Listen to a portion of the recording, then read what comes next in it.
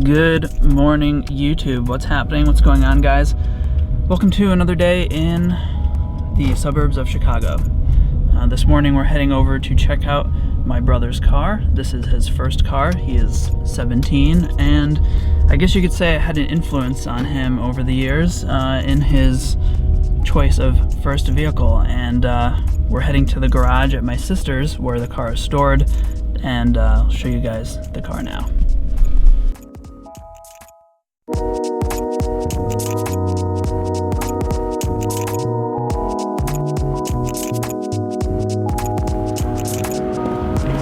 It's an E30.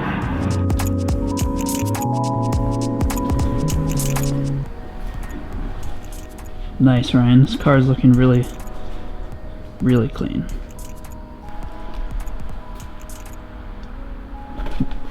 Question, what's the fire extinguisher for? So tell us about your first car, Ryan. It's an E30. It's red. I like it. As you guys can see here, this is a 325 ES. This is a 1986 model. Another tip off that this is an ES is the bottle cap rims. They didn't put the basket weaves on these cars.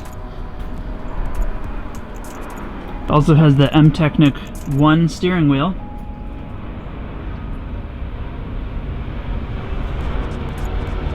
Has the sport seats. I guess it doesn't have a map light rear view mirror. But overall this car is really clean, especially for like a Chicago car.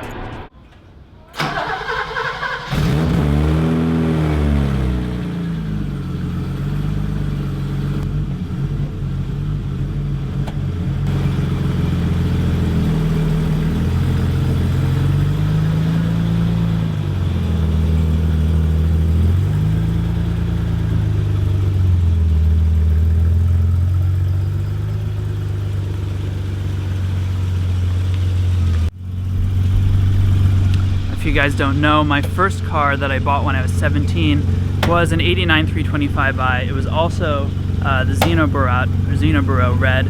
And now my little brother, who is half my age, finally bought his first car. And what better car to buy for your first car than an 86 325 ES E30. Now this is where all the power happens. 2.7 liter ETA motor.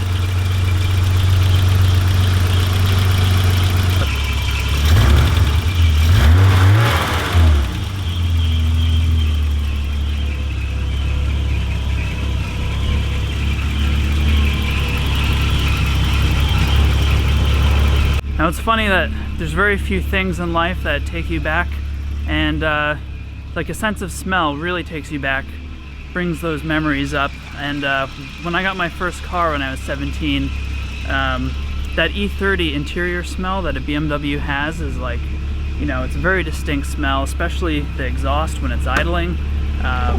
This car smells exactly like that, and it just like transports me back to 2003 when I bought my first one. I'm so excited to drive an E30. It's been about 2 years since I sold my 325 IS. Close to those trash bins.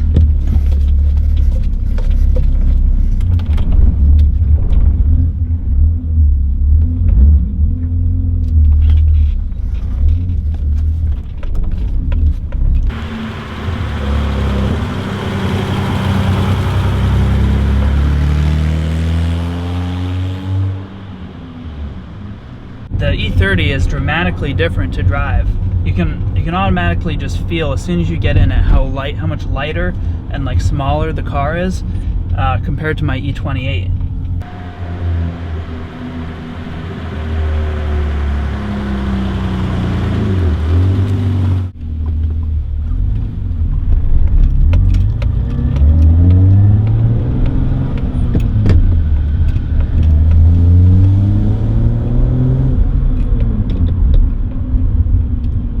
Shifter setup is very interesting.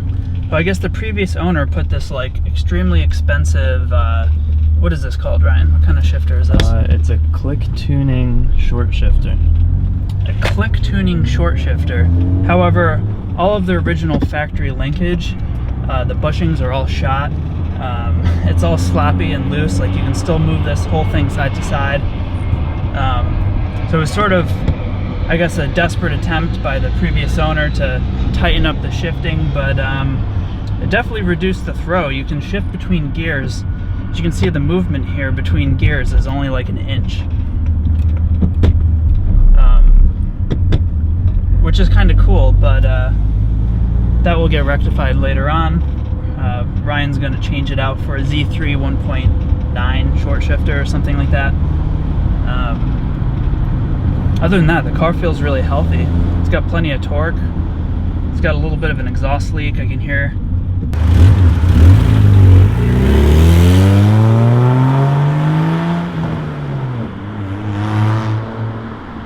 You know, it doesn't feel that much slower than the 325IS or like the iMotor. It kind of feels, it feels pretty much the same amount of power. Maybe it's just been a while since I drove one of these cars.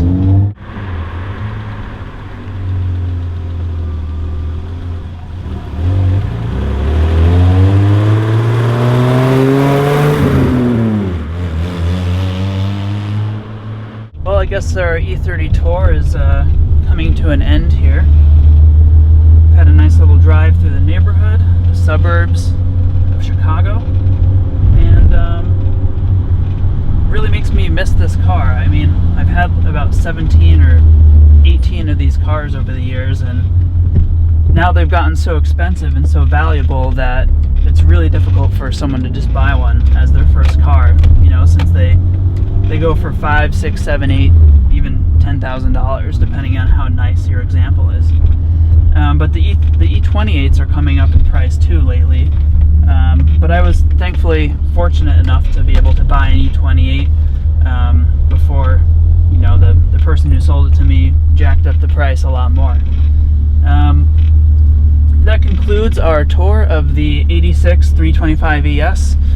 Thanks everybody for watching, and stay tuned for my road trip when I drive home in the new ugly E39 that I just purchased.